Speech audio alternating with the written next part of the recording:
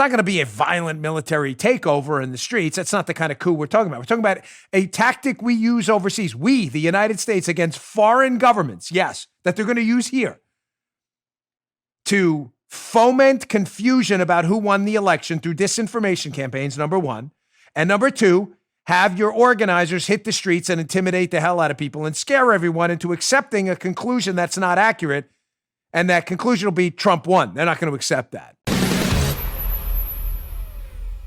So who's funding this? Great article today. Always got to cite our sources, right? Julie Kelly will be in the show notes. Please read this. American Greatness, Julie Kelly. Access our show notes by going to bongino.com/newsletter and just subscribe to the show notes right there. The show notes, the newsletter, it's the same thing. Here, this article is a must read. American Greatness, Julie Kelly, the billionaire backers of the, quote, insurrection. The mostly behind-the-scenes attempt between Election Day and Inauguration Day to prevent Donald Trump from taking office for the first time will go public in 2020.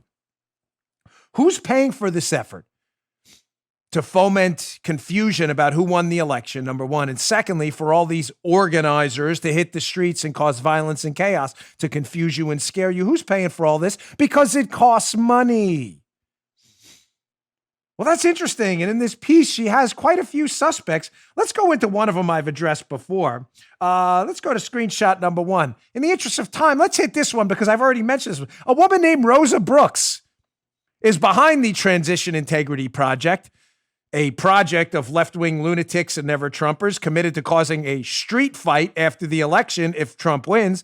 So they say, Julie says, quote, one of the co-founders of the Transition Integrity Project, the Chaos Brigade, really, is Rosa Brooks.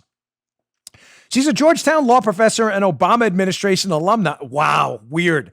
Who's a former council and board member for the Open Society Foundation, created in 1993 by George Soros. If a conspiracy theory, I'm sure that's what the left is going to say, despite the fact that this is irrefutable evidence. The foundation is a massive donor, Soros' foundation, to hundreds of left-wing causes around the world. And in July, the Open Societies Foundation announced a 5-year, $150 million investment in, quote, racial justice groups, including Black Lives Matter. Wow, strange. Black Lives Matter is supposed to be about Black Lives Mattering, right? That's the name of the group. Black Lives Matter. Matter, Black Lives. Black lives should matter. What are they doing partnering up and taking money from some of the same groups talking about fomenting an insurgency during an election? What does that have during a post-election transition period? What does that have to do with Black lives? The answer is nothing.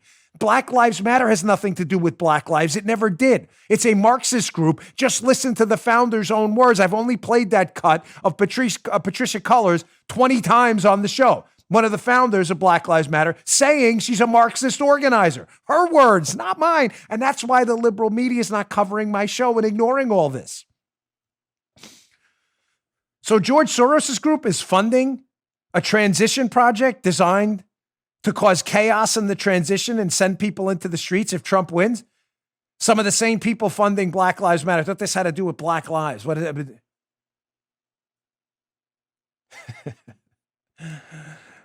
Yes, I write in my next book, Follow the Money, where I cover George Soros. You'll see George Soros rarely has anything to do with what he says he has. They call all his projects like, we love democracy and Black Lives Matter. The names of these groups have nothing to do with what they're actually doing. Yeah. The Open Societies Foundation, Soros' group, has nothing to do with open societies. It has everything to do with chaos societies. So now we know Rosa Brooks is involved in this. A Soros-Obama affiliate, let's say. Well, what are they planning on again, these groups? Let's go to screenshot number 2 from Julie Kelly's wonderful piece. Spread this thing around a lot. Try to get this up at BonginoReport.com too.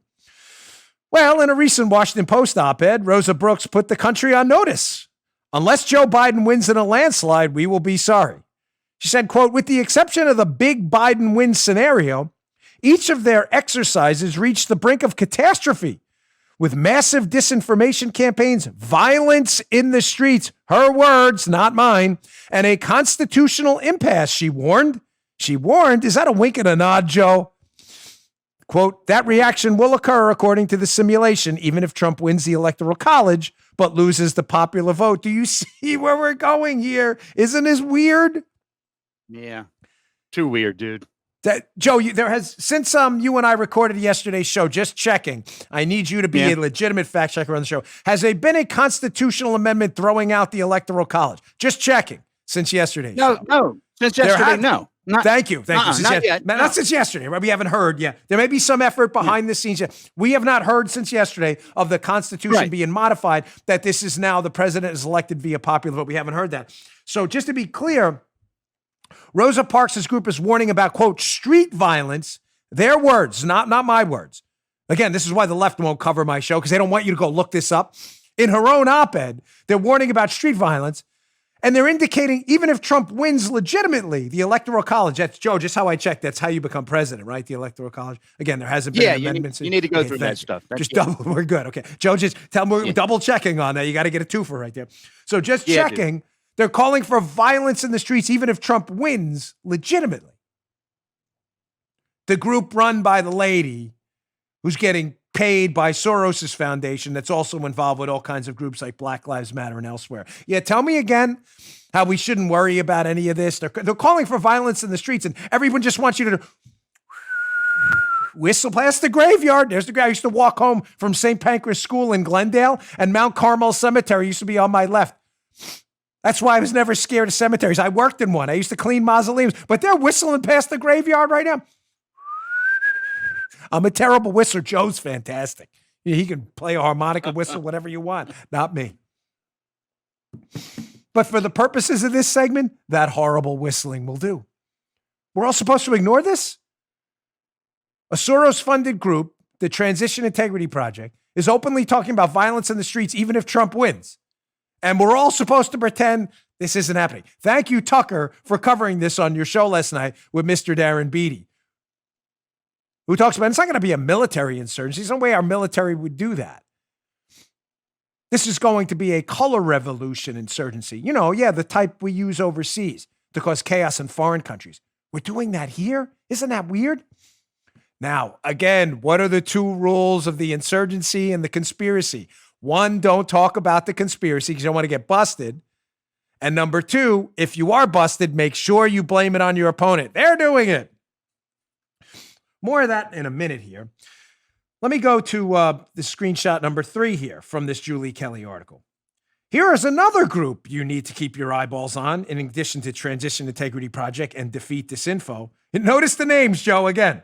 These are groups. They name themselves funny. We Love America group, right?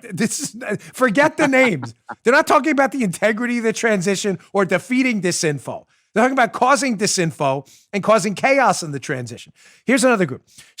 Julie says, but Brooks isn't the only connection between the deep-pocketed foes of Donald Trump, the Soros types, and the post-election insurrection.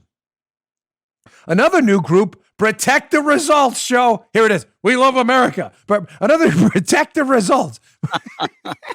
But the group should call themselves Throw Out the Results.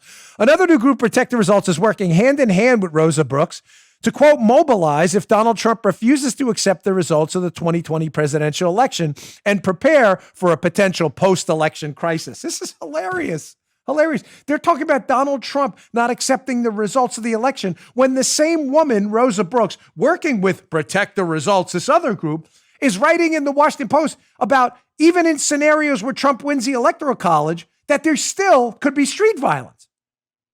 Her words. What's rule number 2 of the conspiracy? Always blame it on your opponent. We got to protect the results. Sure you do. You just heard Dan Bongino.